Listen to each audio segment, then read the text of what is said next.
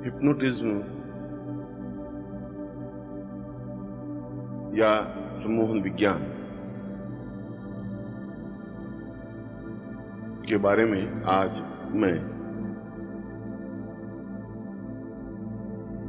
चर्चा करूंगा और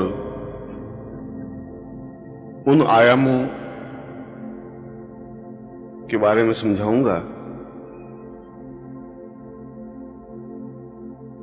जो आज के वैज्ञानिक युग में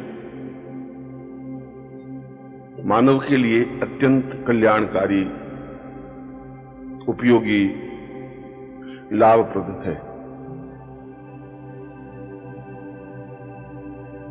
हिप्नोटिज्म या सम्मोहन विज्ञान कोई धर्म या शास्त्र नहीं है, कोई वेद या उपनिषद नहीं है।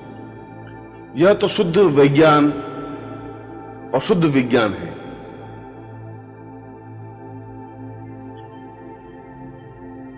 जिसे भारत में तो अपनाया ही जा रहा है। पूरे विश्व में इसका प्रयोग और इसके लाभ उठाए जा रहे हैं। सही अर्थों में कहा जाए तो सम्मोहन विज्ञान आने वाले युग का विज्ञान है। एक ऐसा विज्ञान है जिससे आने वाला समय, आने वाला युग प्रभावित होगा। करोड़ों करोड़ों व्यक्ति इससे लाभान्वित होंगे और जीवन की समस्याओं, जीवन की बाधाओं और जीवन की अड़चनों को इस विज्ञान के माध्यम से दूर किया जा सकेगा।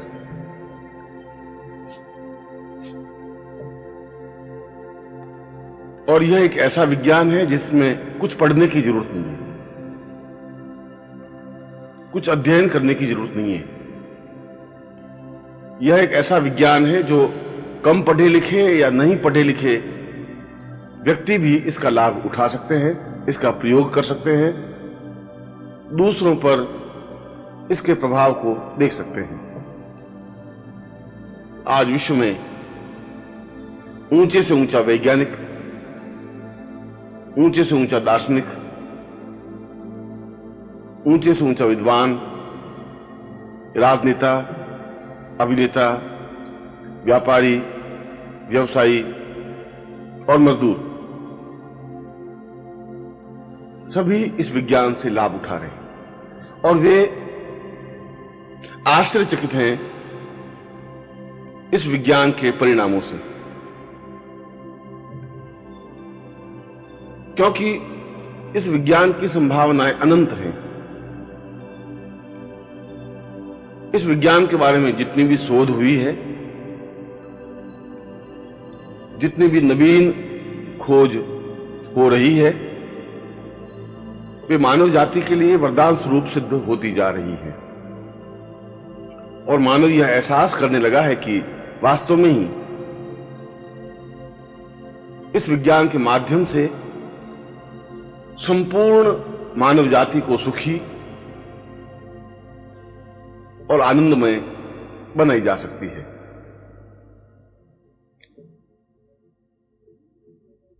पहले तो यह कि यह सम्मोहन विज्ञान है क्या, इसे संक्षेप में समझना जरूरी है। मैं इसके इतिहास पर नहीं जा रहा हूं, मैं यह भी नहीं समझाने जा रहा हूं कि इसका प्रादुर्भाव कब और कैसे हुआ। मैं तो यह समझाने जा रहा हूं कि यह क्या है और इसका उपयोग किस प्रकार से किया जा सकता है।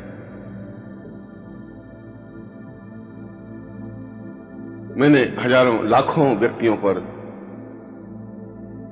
इस विज्ञान का प्रयोग किया है और इसके अत्यंत अनुकूल परिणाम प्राप्त हुए हैं। 100% अनुकूलताएं इस विज्ञान के माध्यम से प्राप्त हुई हैं। जो गुत्थियां, जो समस्याएं अन्य किसी भी तरीके से हल नहीं हो पा रही थीं, उन समस्याओं और गुत्थियों को भी इस विज्ञान के माध्यम से हल करने का प्रयत्न किया है और सफलता पाई। मानव मन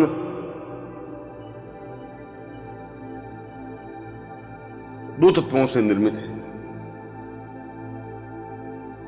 एक उसका बुद्धि पक्ष है, बुद्धि से सोचता है, विचार करता है, चिंतन करता है, एक धारणा बनाता है और किसी के प्रति एक आयाम स्थापित करता है। इस बुद्धि की वजह से ही उसके मन में क्रोध, घृणा, ईर्ष्या, प्रेम, मातृत्व, दुख और सुख की पीड़ा का अनुभव होता है। बुद्धि ही यह सोचती है कि यह मेरा परिवार है, यह मेरा बेटा है, यह मेरी पत्नी है, यह मेरी प्रेमिका है, यह मेरी मां है, और बुद्धि ही सोचती है कि यह मेरा शत्रु है, मुझे इसको समाप्त कर देना है, मुझे इसको पीड़ा पहुंचानी है। और जब वह पीड़ा नहीं पहुंचा पाता तब दुखी होता है, संतप्त होता है, पीड़ित होता है। और दूसरा तत्व हृदय या मन है। हृदय तो विज्ञान की परिभाषा में एक धड़कता हुआ मांसपिंड है जो रक्त को साफ कर पूरे शरीर में प्रवाहित करता है। इसके अलावा उसका कोई उपयोग नहीं है। कवियों ने जो हजारों गीत और शेरो शायरी लिखी है हृदय पर, वे तो इन शायरों और कवियों की एक कल्पना है। विज्ञान तो कहता है कि हृदय में ऐसे संचारी भाव नहीं होते, मगर हृदय के साथ साथ एक मन भी होता है और मन के द्वारा ही आदमी प्रेम करता है। मन के द्वारा ही उसके मन में कुछ विचार घर कर जाते हैं जो वह सभ्यता की वजह से कह नहीं पाता है। उदाहरण के लिए, यदि उसकी पत्नी से उसकी लड़ाई झगड़ा हो जाता है, मतभेद हो जाते हैं, तो वह समाज के सामने कुछ नहीं कहता, क्योंकि बुद्धि कहती है कि यदि तुमने समाज के सामने अपनी समस्या को या अपने इस नफरत को, पत्नी के प्रति घृणा को रखा तो समाज में बदनाम हो जाओगे। और जब वह अपनी पत्नी के साथ बाहर निकलता है सोसाइटी में, समाज में, तो प्रसन्नता के साथ निकलता है, हाथ में हाथ डाल करके निकलता है और ऐसा व्यक्त करता है कि जैसा उससे, उस पत्नी से उसका अत्यंत प्रेम हो। परंतु उसके प्रति जो घृणा है वह उसके मन में जम जाती है, मन में जम जाती है, मन में एक आक्रोश हो जाता है। और जब घृणा पैदा हो जाती है तो घृणा अपने आप में प्रतिशोध को जन्म देती है कि मैं किस तरीके से पत्नी को पीड़ित करूं, किस तरीके से ठेस पहुंचाऊं। और वह अपनी पत्नी को कुछ कटु वाक्य बोलता है, प्रताड़ित करता है, उसकी इच्छाएं पूरी नहीं करता और हर ऐसा कार्य करता है जिससे पत्नी को पीड़ा या तकलीफ पहुंचे। यह मन का वेग है, ऐसा मन के द्वारा करता है। किसी से प्रेम है तो बुद्धि कहती है कि इस प्रेम की अभिव्यक्ति नहीं होनी चाहिए क्योंकि समाज में बदनामी का डर है, मगर वह प्रेम उसके मन में छिपा रहता है। वह अत्यधिक चाहने लगता है, मिलने की अत्यधिक इच्छा होती है, पर यदि किसी कारणवश वह प्रेम टूट जाता है या प्रेमी अथवा प्रेमिका धोखा दे देता है, तो वह अपने आप में बदहवास हो जाता है, परेशान हो जाता है, जीवन के प्रति मोह समाप्त हो जाता है। डॉक्टर और समाज के लोग उससे पूछते हैं, परिवार के लोग उससे पूछते हैं कि क्यों परेशान हो, क्यों तनावग्रस्त हो, क्या समस्या है, मगर वह कुछ नहीं कह पाता, क्योंकि वो तथ्य ही ऐसा है जो नहीं कह पाता। वह तो छुपा हुआ भाव है जिसे समाज के सामने या परिवार के सामने उजागर किया ही नहीं जा सकता। वह तो मन में दबा हुआ एक भाव है। और डॉक्टर परेशान होते हैं कि समस्या क्या है, इसको कोई बीमारी नहीं है। यदि चेकअप करते हैं तो किसी प्रकार की कोई समस्या दिखाई नहीं देती। फिर ये इतना परेशान, इतना पीड़ित, इतना चिंतित क्यों है, क्या कारण है? यह कारण डॉक्टर नहीं ढूंढ पाएंगे, यह कारण परिवार वाले भी नहीं ढूंढ पाएंगे, क्योंकि यह कारण तो मन में छुपा हुआ है। और उस प्रेम में वह पागल होकर, बदहवास सा होकर खाना पीना भूल जाता है, व्यापार भूल जाता है, कार्य भूल जाता है, परिवार के उत्तरदायित्व से अलग हट जाता है और धीरे धीरे अपने आप को मटिया मेट करने के लिए तैयार हो जाता है।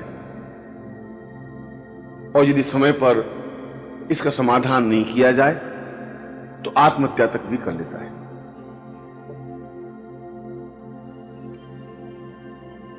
ऐसी स्थिति में कोई चिकित्सा विज्ञान तो उसकी सहायता नहीं कर सकता। चिकित्सा विज्ञान के पास इसका कोई उत्तर है ही नहीं। शास्त्रों के पास भी और पंडितों के पास भी, पुरोहितों के पास भी इसका कोई समाधान नहीं। उसको समझाने से भी उसके ऊपर कोई प्रभाव नहीं पड़ेगा,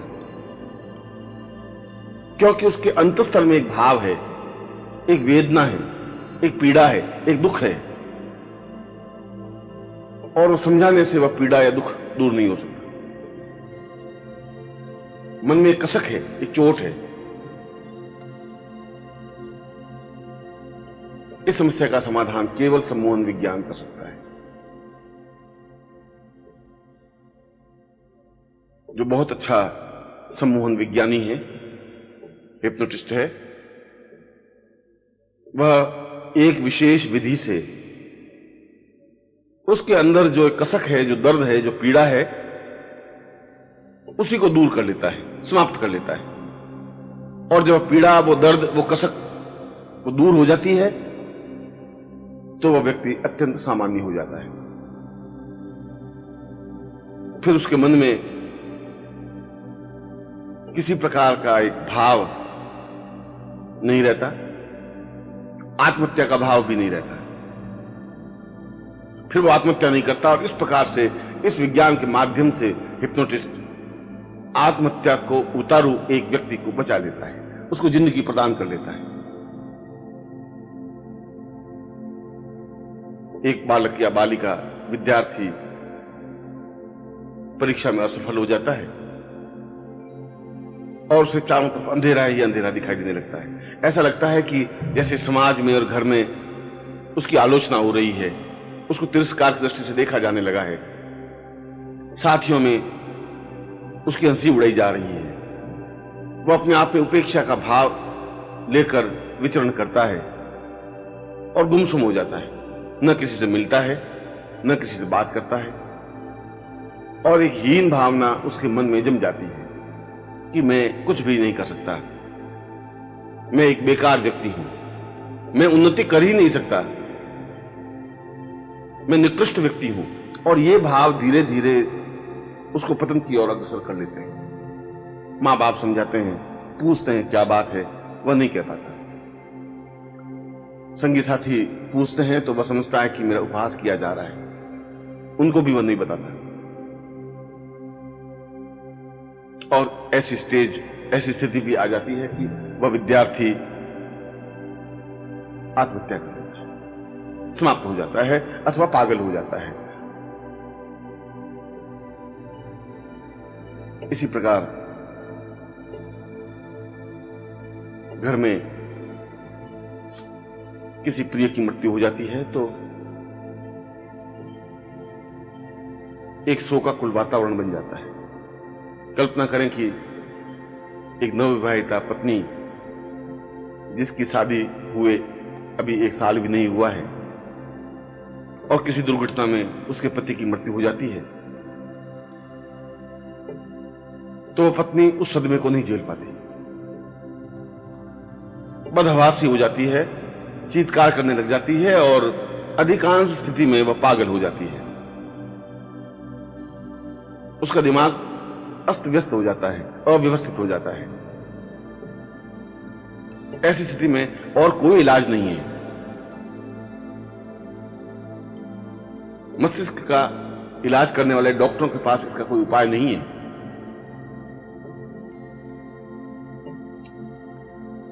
उस पागलपन की स्थिति को बचाने के लिए केवल सम्मोहन विज्ञान ही काम आ सकता है, क्योंकि उसके मन में यह बात घर कर जाती है कि मेरा जीवन बर्बाद हो गया है। जिसको मैं इतना प्रेम करती थी, जो मेरा पति था, वही समाप्त हो गया, मेरी वजह से समाप्त हो गया। मैं इस घर में आई और वह बर्बाद हो गया।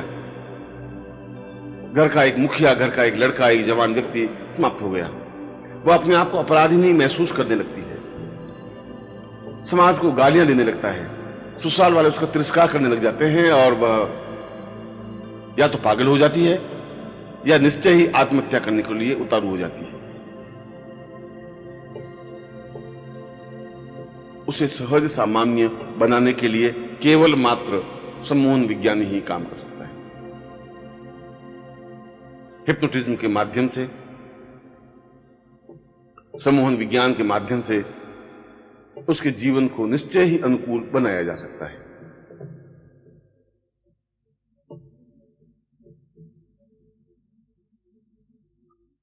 इसके अलावा भी जीवन के कई क्षेत्र हैं जहां सम्मोहन विज्ञान सहायता पहुंचाता है। कई व्यक्ति मानसिक ग्रंथियों से पीड़ित होते हैं। कुछ व्यक्ति, पुरुष या स्त्रियां, ऐसे भी होते हैं जो हर समय भयभीत रहते हैं, डरे हुए रहते हैं, कोई तकलीफ नहीं हो जाए, कोई बीमारी नहीं आ जाए, किसी का एक्सीडेंट नहीं हो जाए, या मुझे कोई चाकू नहीं मार दे, या मुझे कोई रिवॉल्वर से समाप्त नहीं कर दे। और यह भय उसके मन में जम जाता है, हर समय भयभीत रहता है, उसके चेहरे पर एक मुर्दनी छा जाती है, वह किसी कार्य को सही ढंग से कर ही नहीं पाता और धीरे धीरे उसका उत्साह, उसकी रुचि व्यापार से या नौकरी से समाप्त हो जाती है। धीरे धीरे वह कमजोर, दुखी और संतप्त दिखाई देने लगता है। भय से आक्रांत व्यक्ति और कर भी क्या सकेगा, जबकि यह भय निर्मूल है, जबकि ऐसा संभव नहीं है, फिर भी यह एक प्रकार की बीमारी है।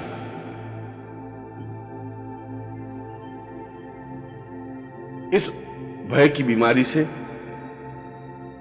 व्यक्ति को निजात सम्मोहन विज्ञान के माध्यम से दी जा सकती है। उसके मन से यह भय निकाला जा सकता है कि तुम्हें कोई गोली मार देगा या कोई चाकू मार देगा या कोई दुर्घटना हो जाएगी या तुम परेशानी में फंस जाओगे।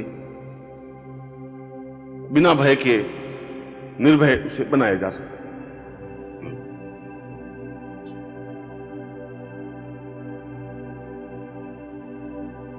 कुछ व्यक्तियों को हर समय हीन भावना बनी रहती है, मैं बेकार हूं, मैं जीवन में कुछ नहीं कर सकता, मैं असफल हूं, जिंदगी के हर क्षेत्र में असफल हूं, न मैं अच्छी तरह से पढ़ाई कर सका, न मेरा ग्रस्त जीवन सुखी है, न मैं संपन्न हूं, न मैं स्वस्थ हूं। और यह हीन भावना उसके मन में इस ढंग से जम जाती है स्वतः अकारण कि धीरे धीरे वह बीमार पड़ जाता है, पीला पड़ जाता है, चेहरा मुरझा जाता है, भले यौवन में भी वह वृद्ध दिखाई देने लगता है। चिकित्सा विज्ञान के पास इसका कोई उपाय इलाज नहीं है। इसका इलाज केवल सम्मोहन विज्ञान के माध्यम से ही उसके मन से इस हीन भावना को निकाल देने से, एक विशेष विधि से उसकी हीन भावना को निकाल दिया जाता है और वह पुनः स्वस्थ अनुभव करने लग जाता है।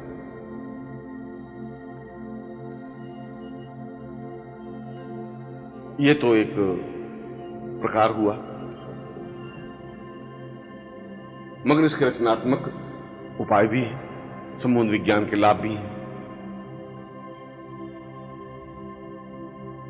यदि पति पत्नी में झगड़ा हो जाता है, मतभेद हो जाते हैं, तनाव हो जाता है, और यदि पति के मन में पत्नी के प्रति घृणा सी आ जाती है, तो पति को सम्मोहित करके उसके मन से घृणा का भाव समाप्त किया जा सकता है।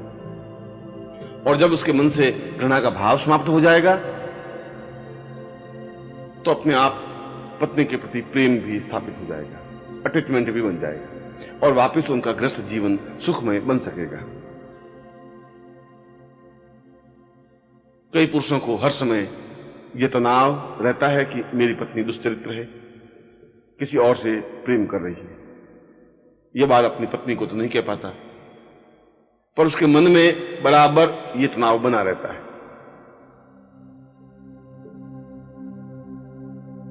इसके फलस्वरूप पति पत्नी के बीच जबरदस्त कलह और दीवार खड़ी हो जाती है। पत्नी समझ नहीं पाती कि मैं अपने पति को किस प्रकार से संतुष्ट कर सकूं, किस प्रकार से कन्विंस कर सकूं, कैसे समझा सकूं कि ऐसी कोई बात नहीं है। समझाने से तो उसका संदेह और बढ़ जाता है, वह संदेहशील हो जाता है।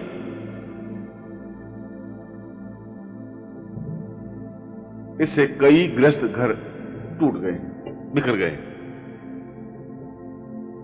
इस समस्या का समाधान भी सम्मोहन विज्ञान के माध्यम से ही हो सकता है। और कई स्त्रियों को भी यह तनाव, यह आशंका बनी रहती है कि उसका पति दुष्चरित्र है, ऑफिस से 2 घंटे लेट आता है तो जरूर कोई कारण है, 4 दिन बाहर जाता है तो कोई न कोई कारण है, या जरूर किसी ने साथ इसका प्रेम है। और वह पत्नी कुछ कह नहीं पाती, अंदर के अंदर घुटती रहती है, तनावग्रस्त रहती है, उलझन से भरी रहती है, और धीरे धीरे उसका वैवाहिक जीवन दुखमय हो जाता है, तनावग्रस्त हो जाता है। इस समस्या का समाधान भी सम्मोहन विज्ञान के पास ही है।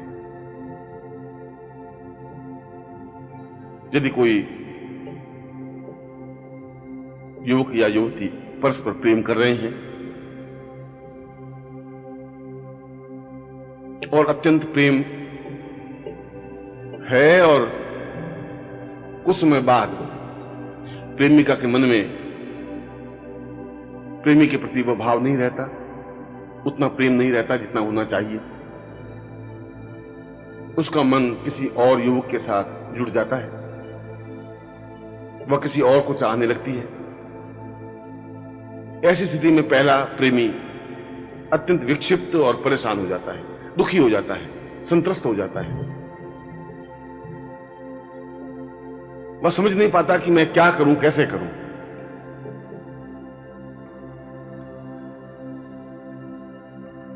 ऐसी स्थिति में भी सम्मोहन विज्ञान ही सहायता कर सकता है।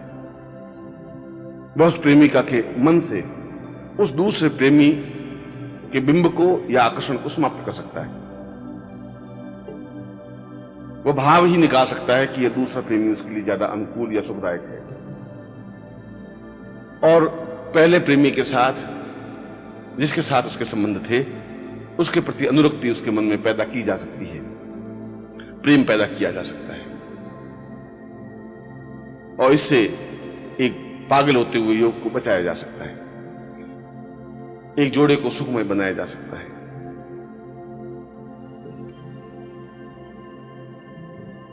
चिकित्सा विज्ञान के क्षेत्र में भी सम्मोहन विज्ञान कार्य कर रहा है। किसी व्यक्ति को सम्मोहित कर उसका कठिन से कठिन ऑपरेशन किया जा सकता है, बिना किसी प्रकार की बेहोशी की दवा दिए हुए, बिना बेहोश किए केवल सम्मोहन कर उसका 2 घंटे 4 घंटे ऑपरेशन कर सकता है और उसे भान ही नहीं रहता कि मेरा ऑपरेशन किया जा रहा है या मेरा शरीर चीर फाड़ हो रहा है या उसको चीरा जा रहा है या काटा जा रहा है। इससे शरीर के अंगों पर जो एक दूषित प्रभाव बेहोशी की दवा से होने की संभावनाएं हैं वे दूर हो जाती हैं।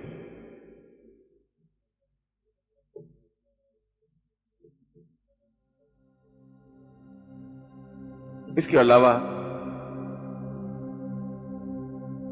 इस सम्मोहन विज्ञान के माध्यम से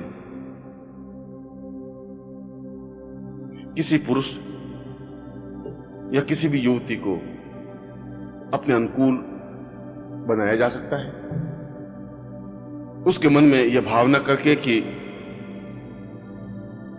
इसके प्रति इसकी अनुरक्ति बढ़े, प्रेम बढ़े, वह इसको चाहने लगे, टूट कर चाहने लगे। उसके प्रति उसके मन में एक आकर्षण पैदा किया जा सकता है, एक सम्मोहन पैदा किया जा सकता है। कठोर से कठोर हृदय के पुरुष को भी इस सम्मोहन विज्ञान के माध्यम से अपने अनुकूल बनाया जा सकता है। कठोर हृदय वाली स्त्री को भी इस सम्मोहन विज्ञान के माध्यम से अपने अनुकूल बनाया जा सकता है और जीवन भर अपने अनुकूल रखा जा सकता है। उससे मनचाहा कार्य संपन्न करवाया जा सकता है।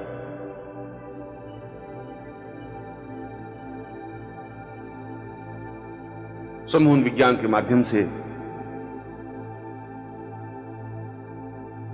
समाज में अनुकूलता पैदा की जा सकती है। यदि अधिकारी के साथ, ऑफिसर के साथ मतभेद है, तनाव है, वह कहना नहीं मानता, समय पर छुट्टी नहीं देता या प्रमोशन नहीं करता,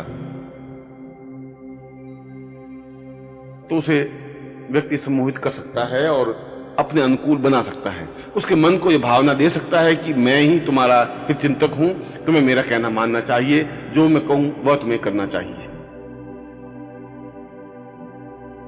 और ऐसी भावना देने के बाद वह व्यक्ति अनुभव करेगा कि उस ऑफिसर का रवैया ही बदल गया है, वह उसे चाहने लगा है, उसकी प्रत्येक बात मानने लगा है। जिस प्रकार से वह चाहता है उसी प्रकार से ऑफिसर कार्य करता है।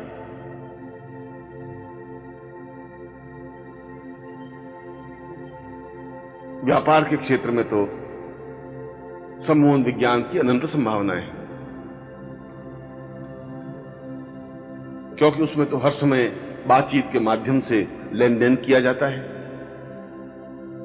टेंडर लिया जा सकता है, ठेका लिया जा सकता है, एजेंसी ली जा सकती है, अपने अनुकूल निर्णय करवाए जा सकते हैं, मीटिंग में वातावरण अपने अनुकूल बनाया जा सकता है।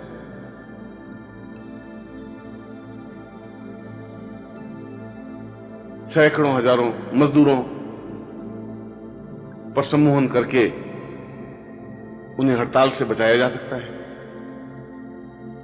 उनमें ऐसी भावना दी जा सकती है कि यह कारखाना, यह मिल हमारी खुद की संपत्ति है और इसको आग नहीं लगाना है या हड़ताल नहीं करनी है, और मजदूर बिल्कुल आज्ञाकारी व्यक्ति की तरह कार्य करते रहेंगे।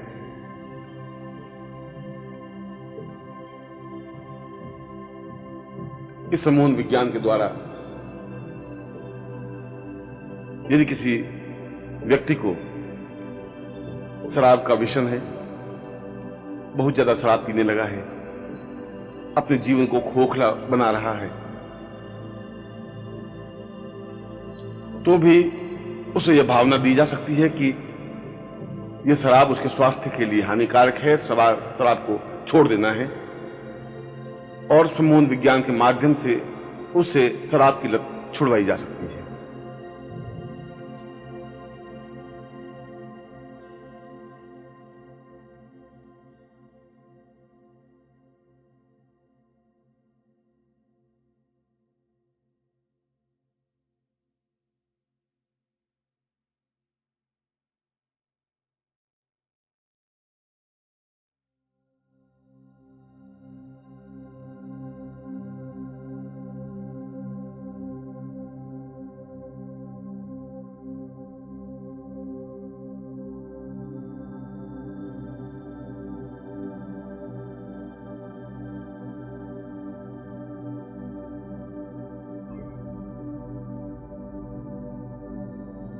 समाज में पग पग पर सम्मोहन विज्ञान का सहारा लिया जाने लगा है। इससे सिगरेट की लत छुड़ाई जा सकती है, हमेशा के लिए सिगरेट पीना बंद कराया जा सकता है। यदि कोई व्यक्ति वैश्यागामी है तो इस बुरी आदत से उसे छुटकारा दिलाया जा सकता है। यदि कोई व्यक्ति बेहद खर्चीला है, अपव्ययी है, तो उसे सही सुझाव देकर के उसको अनुकूल बनाया जा सकता है। दुष्ट से दुष्ट व्यक्ति को सुधार कर सही सामाजिक व्यक्ति बनाया जा सकता है।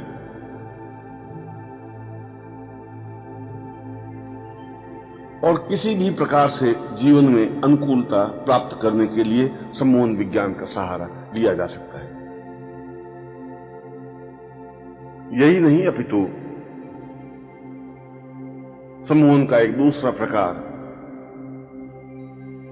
समूह सम्मोहन है। यह तो जो मैं बता चुका हूं वह सब व्यक्तिगत सम्मोहन है। किसी एक पुरुष या किसी एक स्त्री को अपने अनुकूल बनाने की क्रिया या भाव है कि हम किसी को भी अपने अनुकूल बना सकते हैं जीवन भर के लिए, हमेशा हमेशा के लिए। पर मास हिप्नोटिज्म या समूह सम्मोहन विज्ञान के माध्यम से सामने उपस्थित पूरी भीड़ को अनुकूल बनाई जा सकती है। सम्मोहन विज्ञान के माध्यम से उन सबको उनके मन पर एक चिंतन दिया जा सकता है कि मैं जो कुछ कह रहा हूं वही सही है और मेरी बात को ही तुम्हें मानना है, मेरा अनुसरण करना है। जो मैं कहूं वह सही है, सत्य है। और इस प्रकार का प्रभाव उसके मन पर देकर के यदि कोई व्यक्ति मंच से कुछ भी कहता है तो भीड़ में एक सन्नाटा सा छा जाता है। भीड़ उस बात को मानने लग जाती है, उसकी अनुयायी बन जाती है, उसकी फॉलोवर बन जाती है। पूरी भीड़ को, हजारों लाखों व्यक्तियों को इस विज्ञान के माध्यम से कंट्रोल किया जा सकता है।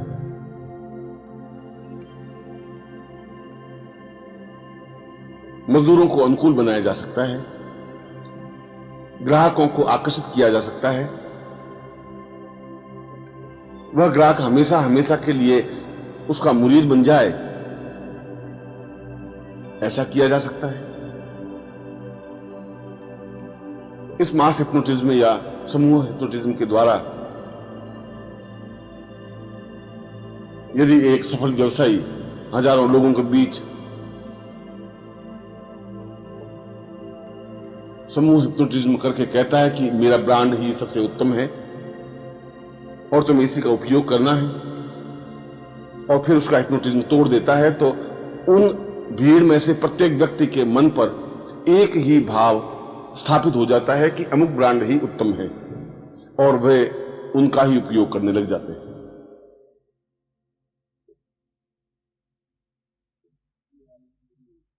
सामने वाले के मन में एक आकर्षण पैदा किया जा सकता है स्वयं के बारे में। पत्नी के मन में यह भावना दी जा सकती है कि मैं तुम्हारा पति बहुत सुंदर और तुम्हारे लिए उपयोगी हूं। प्रेमिका के मन में यह भावना दी जा सकती है कि मेरे अलावा तुम्हें और कोई प्यार कर ही नहीं सकता और तुम किसी और को चाहोगी ही नहीं। पुत्र के मन पर यह भावना दी जा सकती है कि तुम गलत कार्य नहीं करोगे या हड़ताल में भाग नहीं लोगे या पढ़ाई में ध्यान दोगे या प्रेम के चक्कर में नहीं पड़ोगे। कोई लड़की किसी पर पुरुष या दूसरे जाति के किसी पुरुष से प्रेम करने लगी है और घर में समझाने बुझाने से भी सही रास्ते पर नहीं आ रही है, तो सम्मोहन के माध्यम से उसके चित्त पर, मन पर एक प्रभाव दिया जा सकता है कि वह उस युवक को भूल जाए और जहां माता पिता कहें वहीं शादी करे। ऐसा कहकर या ऐसी भावना देकर उसके मानस से उस विजातीय प्रेमी का बिंब हमेशा के लिए समाप्त किया जा सकता है। ऐसी भावना देने से जो नित्य हजारों बलात्कार होते हैं, जो भागने की घटनाएं होती हैं, वे समाप्त हो जाएंगी। समाज ज्यादा सुखदायी बन जाएगा, ज्यादा आनंददायक बन जाएगा, ज्यादा मधुर बन जाएगा। और हिप्नोटिज्म का तीसरा प्रकार सेल्फ हिप्नोटिज्म या स्वयं को सम्मोहित करने की क्रिया है। यदि उसके मन में हीन भावना है कि मैं अच्छा बोल नहीं सकता, यह कॉम्प्लेक्स है, तो अपने आप को हिप्नोटाइज करके अपनी इस हीन भावना से छुटकारा पा सकता है। यदि किसी के मन में यह कॉम्प्लेक्स है कि मैं सुंदर नहीं हूं, इसी वजह से सफल नहीं हो रहा हूं, तो अपने आप को सम्मोहित करके अपनी इस हीन भावना से छुटकारा पा सकता है। या स्वयं शराब पीने वाला है, या सिगरेट पीने वाला है, या व्यसनी है, या दुर्गुण से ग्रस्त है, और प्रयत्न करने पर भी उस दुर्गुण से छुटकारा नहीं मिल रहा है, तो व्यक्ति अपने आप को सम्मोहित करके अपनी बुरी आदतों को दूर कर सकता है, उससे छुटकारा पा सकता है। यही नहीं, अपितु अपने अच्छे गुणों और अच्छी आदतों को बढ़ावा दे सकता है कि मैं और ज्यादा परिश्रम करूंगा। ऐसा सम्मोहन भी अपने ऊपर किया जा सकता है। मैं जो कुछ पढ़ूंगा वह मुझे स्मरण रहेगा ही, ऐसा सम्मोहन अपने ऊपर किया जा सकता है। मैं आज से बहुत ज्यादा परिश्रम कर सकूंगा, ऐसा सम्मोहन अपने ऊपर किया जा सकता है। सैकड़ों प्रकार हैं अपने आप को सम्मोहित करने के, अपने तनावों को दूर करने के, अपनी समस्याओं से छुटकारा पाने के, जीवन को ज्यादा सुखमय बनाने के, आनंददायक बनाने की। और ये सब क्रियाएं सम्मोहन विज्ञान के माध्यम से ही संभव है।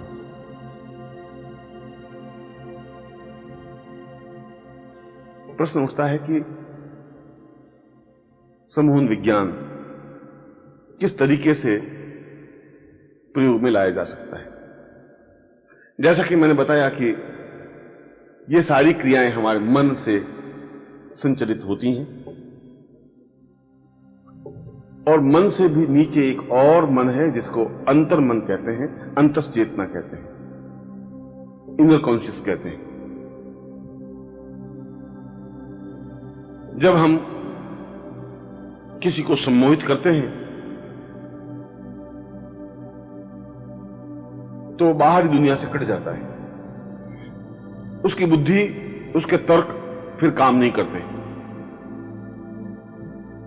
फिर वह दिमाग से नहीं चलता, वह एक प्रकार से एक क्षण के लिए समर्पण युक्त हो जाता है।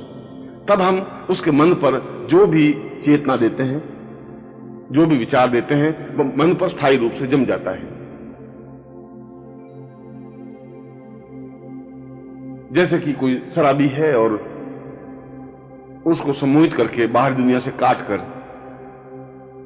उसे यह भावना दी जाए कि शराब अत्यंत घटिया और खराब चीज है, इससे फेफड़े समाप्त हो जाते हैं, लीवर खराब हो जाता है, आदमी मृत्यु को प्राप्त हो जाता है, बूढ़ापा आ जाता है और जीवन बर्बाद हो जाता है, और तुम्हें इसी क्षण से इस शराब से घृणा करनी है, नहीं पीनी है। तो ये शब्द, ये विचार उसके मन पर अंकित हो जाएंगे। उसे हम ये भावना देंगे कि तुम शराब को देखते ही तुम्हें घृणा होने लगेगी और तुम शराब फेंक दोगे। और जब हम उसे वापस वर्तमान दुनिया में आने देते हैं, चेतना अवस्था में लाते हैं, तो उसके मन पर जो प्रभाव दिया है वह तो स्थायी रहेगा ही। फिर जब व्यक्तिगत जीवन में वह शराब को देखेगा तो शराब से उसको घृणा हो जाएगी, फेंक देगा शराब, नहीं पिएगा और एक आदत से छुटकारा मिल जाएगा। यदि कोई प्रयत्न करने पर भी प्राप्त नहीं हो रहा है, या हमारे अनुकूल नहीं हो रहा है, या हमारे वश में नहीं हो रहा है, तो उसे सम्मोहित करके बाहर दुनिया से काटकर उसके मन पर यह प्रभाव दिया जा सकता है कि तुम केवल मेरी ही आज्ञा पालन करोगे या मुझे ही चाहोगे, जो मैं कहूंगी तुम्हें वही कार्य करना है। और फिर जब उसे चेतनावस्था में लाया जाता है तो उसके मन पर जो बिंब दिया गया है वह अपने आप में स्थायी रह जाएगा और उसके मन से घृणा या क्रोध अपने आप में समाप्त हो जाएगा और वह उसको चाहने लग जाएगा, उसके प्रति अनुरक्ति पैदा करने लग जाएगा, उसके प्रति चाहत बढ़ जाएगी। इसलिए मन पर जो विचार बिंब प्रेषित किए जाते हैं उसको सम्मोहन विज्ञान कहा जाता है। और फिर सम्मोहन विज्ञानी यदि योग्य हो, अभ्यासरत हो, तो इस मन से भी आगे जो अंतर्मन है, अंतश्चेतना है, इनर कॉन्शियस है, वहां तक उस व्यक्ति को ले जाकर खड़ा कर देता है। वो बाहर दुनिया से कट जाता है, बाहरी दुनिया का प्रभाव उस पर होता नहीं, मस्तिष्क का प्रभाव उस पर नहीं होता, बुद्धि या तर्क उसके ऊपर हावी नहीं होते और वह मन पर आकर के खड़ा हो जाता है, मन की गिरफ्त में आ जाता है, जो मन कहता है उसी को मानने लग जाता है और सम्मोहन विज्ञान इसको और आगे ले जाकर के अंतर्मन तक खड़ा कर देता है और हमेशा हमेशा के लिए कोई भाव या कोई बिंब या कोई वस्तु या कोई तथ्य उसके अंतर्मन में अंकित कर देता है। और जब ऐसा हो जाता है तो वह हमेशा हमेशा के लिए स्थायी रूप से उसके मन में यह भाव या बिंब स्थापित हो जाता है।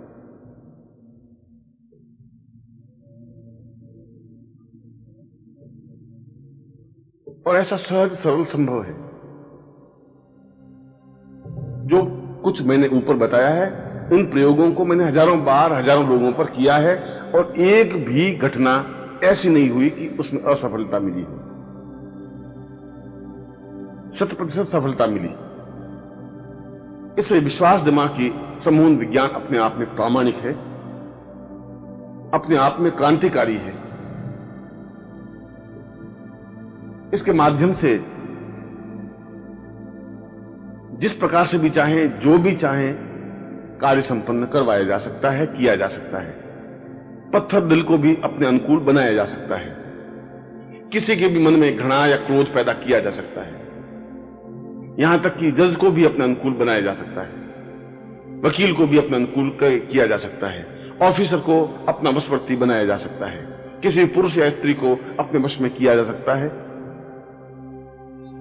पूरी भीड़ को अपने अनुकूल बनाया जा सकता है, बुरी आत्माओं से छुटकारा पाया जा सकता है, अपने आप को सजेशन देकर के अपने आप को सम्मोहित करके सारी समस्याओं से मुक्ति पाई जा सकती है और तनावों से छुटकारा मिल सकता है।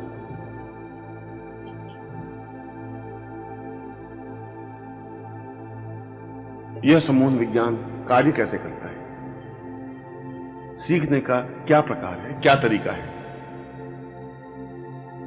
ज्यादा अच्छा तो यह हो कि जो व्यक्ति सम्मोहन विज्ञान सीखने का इच्छुक हो वह किसी सफल सम्मोहन विज्ञानी या हिप्नोटिस्ट के पास जाकर रहे और उससे प्रैक्टिकल सीखे, क्रियात्मक रूप से सीखे, अभ्यास करें, तो सफलता के परिणाम ज्यादा अनुकूल बन सकेंगे।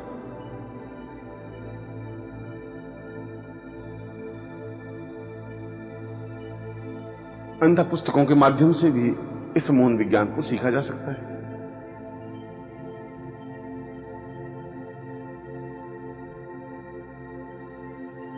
किसी भी व्यक्ति को उसकी बुद्धि से परे हटाकर चेतन अवस्था से अलग कर उसे बाहरी दुनिया से काटने का काम नेत्रों के माध्यम से किया जाता है। इसके लिए समूह विज्ञानी को पहले अपने ऊपर अभ्यास करना चाहिए, सफल समूह विज्ञानी बनना चाहिए। उसकी आंखों में एक चमक लानी चाहिए, आंखों में तेज लाना चाहिए, एक प्रकाश लाना चाहिए, एक प्रभाव लाना चाहिए, एक ज्योतिपुंज लाना चाहिए। क्योंकि सामने वाले व्यक्ति से हमारा संबंध केवल नेत्रों के माध्यम से ही हो सकता है।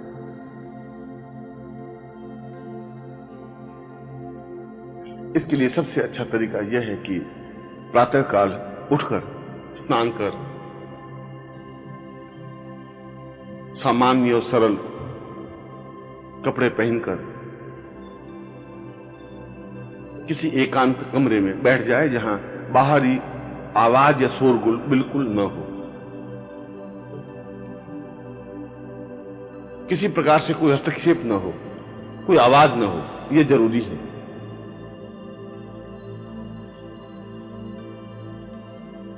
कमरे में एक बहुत कम रोशनी का लैंप लगा दें,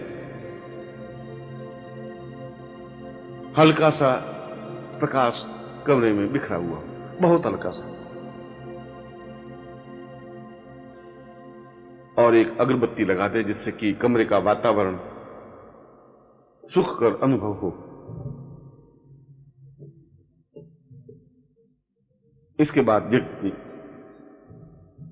जमीन पर बैठ जाए। इसके लिए कोई आसन या कोई दिशा निर्धारित नहीं है, जिस तरीके से भी वो आसानी से बैठ सकता है बैठ जाए।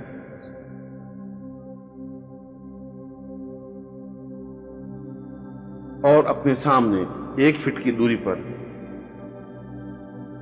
दीवार पर अपनी आंखों के ठीक सामने एक छोटा सा लाल बिंदु लगा दें।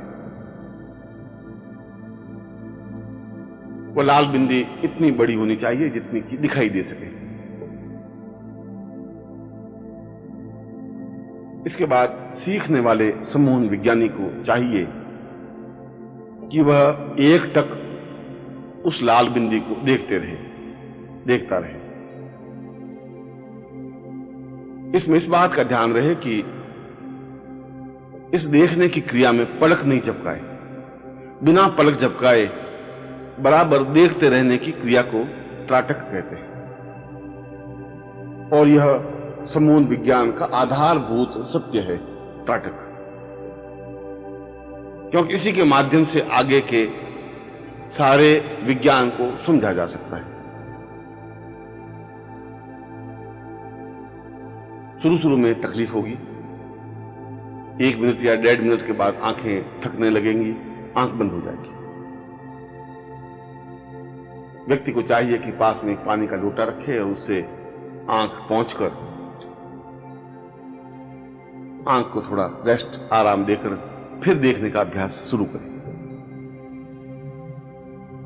2-3 दिन बाद वह अनुभव करेगा कि 2-3 मिनट तक बिना पलक झपकाए अपलक उस बिंदु को देखने में सफल होने लगा है। धीरे धीरे इस अभ्यास को बढ़ाएं। इसके लिए किसी मंत्र जप की जरूरत नहीं है, केवल क्रियात्मक पक्ष है। इस बिंदु को बराबर देखते रहने, अपलक देखते रहने की क्रिया कम से कम 32 मिनट की होनी चाहिए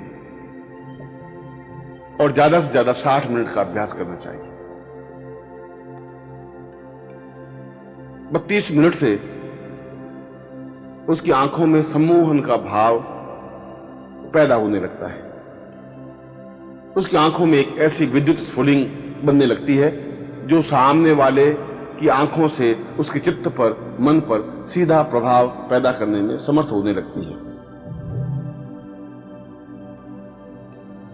हम सामने वाले को प्रभावित तो उनकी नेत्रों के माध्यम से ही कर सकते हैं। ये जरूरी नहीं है कि सामने वाले को हम स्पर्श कर सकें, सुला सकें, भावना दे सकें।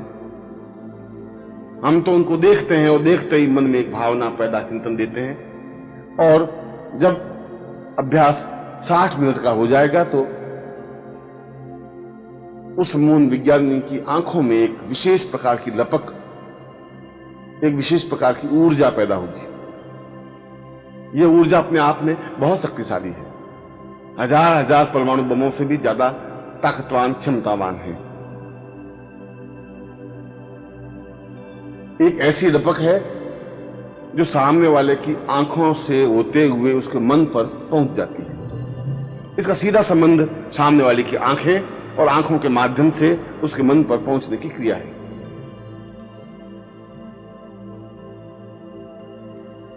फिर अभ्यास के लिए जब उसका 32 मिनट या 60 मिनट का अभ्यास हो जाए तब वह प्रयोग करे। किसी अधिकारी के पास या किसी व्यक्ति के पास या किसी मित्र के पास जाए, उसके सामने बैठे और 1 मिनट या 2 मिनट देखे। 1 मिनट देखने के बाद सुझाव दे कि अपने होठों से यह सुझाव दे मन ही मन कि यह मेरा मित्र उठे और पानी की गिलास ला करके मुझे दे, और वह अनुभव करेगा कि वह उठ करके पानी की गिलास लेके आ जाता है। इसका मतलब आपने जो उसकी आंखों के माध्यम से आज्ञा दी वह उसके चित्त पर, मन पर अंकित हुई, मन पर अंकित हुई, उसके अनुसार वह कार्य करने लगा। यदि वह पानी गिलास ला के देता है तो दूसरे कार्य भी जैसा आप कहेंगे वैसा ही करेगा।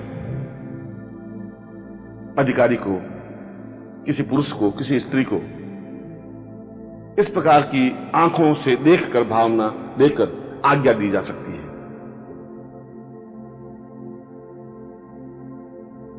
और आप आश्चर्यचकित हो जाएंगे कि आपने जो कुछ मन में आज्ञा दी, आपने मन में जो सोचा वो आपकी आंखों के माध्यम से उसकी आंखों में पहुंचा, उसकी आंखों से उसके मन पर पहुंचा, मन पर वह विचार अंकित हुआ कि मुझे यह कार्य करना है, और वह उसी के अनुसार कार्य करने लग जाएगा। आप दूसरा प्रयोग भी कर सकते हैं। भीड़ में जहां सैकड़ों पुरुष या स्त्रियां हों, आप किसी स्त्री या पुरुष की आंखों पर अथवा उसकी गर्दन पर या उसके पीछे के भाग में या गर्दन के पिछले हिस्से पर अपनी दृष्टि गड़ाकर मन में यह भावना दें कि यह घूमे और घूमकर मेरे पास आए और मुझे पूछे कि तुम्हारे क्या हाल चाल है। और केवल 1 मिनट गर्दन के पिछले हिस्से पर यह भावना दे, और समूह विज्ञानी यह आश्चर्यचकित रह जाएगा कि वह स्त्री घूमती है, बेचैन हो जाती है इस कार्य को करने के लिए, और वह भीड़ को चीरती हुई सीधे उस व्यक्ति के पास ही पहुंचती है और पूछती है कि आपके क्या हालचाल है।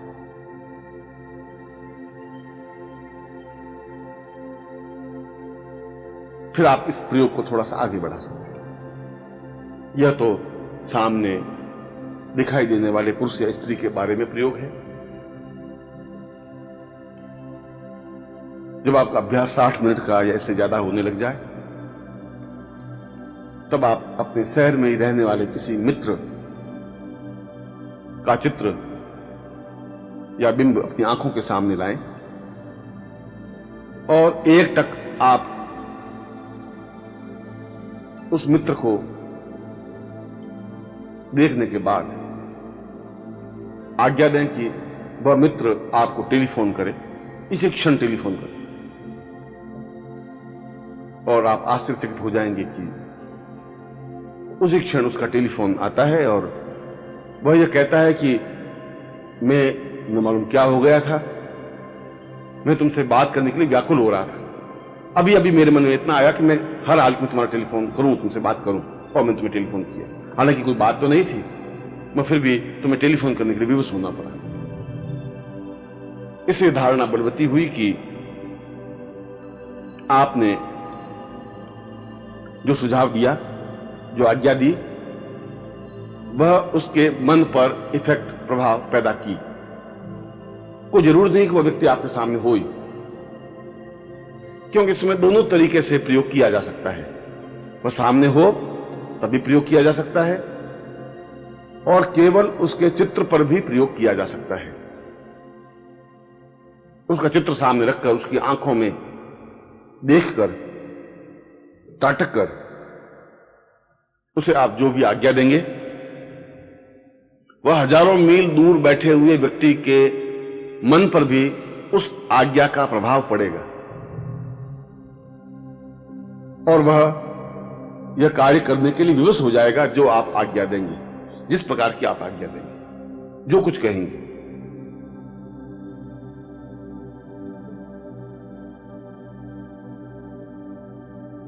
कोई व्यक्ति आपके सामने सिगरेट लेकर बैठा है, सिगरेट पी रहा है, आपने एक सेकंड उसकी आंखों की तरफ देखा और मन से आज्ञा दी कि इसी समय पूरी की पूरी सिगरेट उठकर बाहर फेंक देनी है। और आप देखेंगे कि आधे सेकंड के बाद वह बेचैन हो जाएगा, छटपटाने लग जाएगा।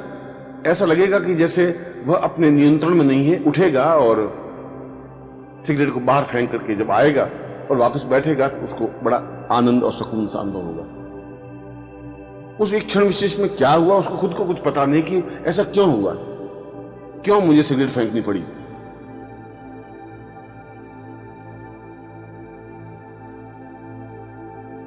ठीक इसी प्रकार का भाव, इसी प्रकार की आज्ञा प्रेमी को, प्रेमिका को, पुत्र को, पुत्री को, पत्नी को, पति को, अपने अधिकारी को, किसी को भी दी जा सकती है। और विशिष्ट प्रकार में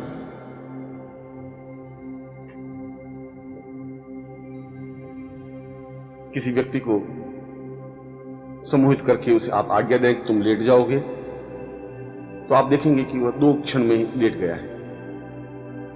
आप आज्ञा देंगे कि तुम अपने अंतर्मन में जाओगे, वह अपने अंतर्मन में पहुंच जाता है। और फिर आप उसे जो भी आज्ञा देंगे, उसके मन में जो भी बातें होंगी, जो छुपी हुई घटनाएं होंगी, वह भी आप पूछने पर, आपके पूछने पर वो बता देगा। और जब आप कहेंगे कि अब तुम्हें इस समस्या से निजात पा जानी है, तो अपने आप को राहत महसूस करेगा और जब वापस उसको चेतन अवस्था में लाएंगे तो वह उन समस्याओं से मुक्ति अनुभव करेगा। ऐसा तो व्यक्तिगत रूप से और क्रियात्मक रूप से आप देख ही सकते हैं। वास्तव में ही यह विज्ञान बहुत ही श्रेष्ठ है, जिसे सीखकर जीवन को अनुकूल और सुखमय बनाया जा सकता है। मैंने हजारों प्रयोग किए हैं और उसमें लाभ दिया है।